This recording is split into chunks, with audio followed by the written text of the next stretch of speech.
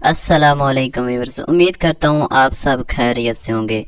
آج میں آپ کے سامنے حضرت یحییٰ علیہ السلام اور شیطان کا ایک واقعہ بیان کروں گا۔ اس سے پہلے آپ ہمارے چینل کو سبسکرائب ضرور فرمائیں، زیادہ نہ کھائیں۔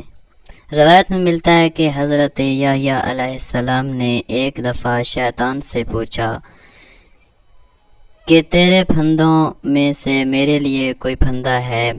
شیطان نے کہا ہاں، جب آپ کھانا کھاتے ہیں تو آپ کے سامنے آتا ہوں تاکہ آپ زیادہ کھائیں اور زیادہ کھا کر سوئیں تاکہ رات کو عبادت کے لیے نہ اٹھ سکیں۔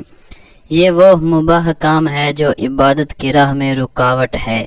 حضرت یحییٰ علیہ السلام نے عہد کیا کہ جب تک زندہ ہے رات کو سیر ہو کر نہ کھائیں گے، اور شیطان نے بھی عہد کر لیا کہ آئندہ کبھی بنی آدم کے سامنے اپنے راز کو فاش نہ کرے گا۔